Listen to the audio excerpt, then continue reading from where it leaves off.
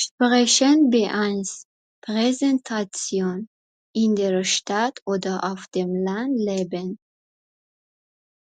Guten Tag, ich begrüße euch zu meiner Präsentation.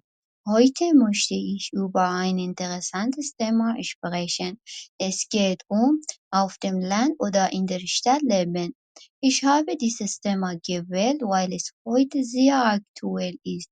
Ich werde zuerst über meine Erfahrungen sprechen, dann etwas zur Situation im Land sagen.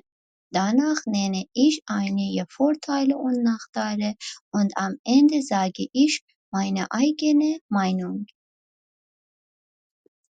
Ich habe sowohl in der Stadt als auch auf dem Land gewohnt.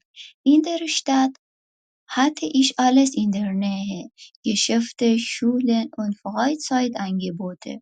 Auf dem Land war es ruhiger, aber ich musste oft weit fahren, um etwas zu erledigen. In meinem Land ziehen viele Menschen in die Stadt, weil es dort mehr Arbeitsplätze gibt. Trotzdem gibt es auch Menschen, die bewusst auf dem Land bleiben.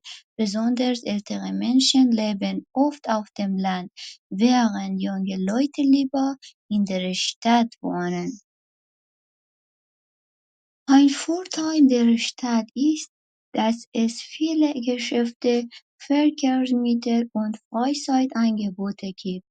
Ein Nachteil ist die Lärm, die Luftverschmutzung und die hohen Mieten. Auf dem Land hat man mehr Natur und Ruhe, aber man muss oft weit fahren, um etwas zu erledigen. Ich denke, dass es von der Person abhängt. Wer Ruhe und Natur liebt, fühlt sich auf dem Land wohler. Wer aber viele Möglichkeiten und ein aktives Leben möchte, sollte lieber in die Stadt ziehen. Vielen Dank für eure Aufmerksamkeit. Ich hoffe, dass meine Präsentation euch gefallen hat.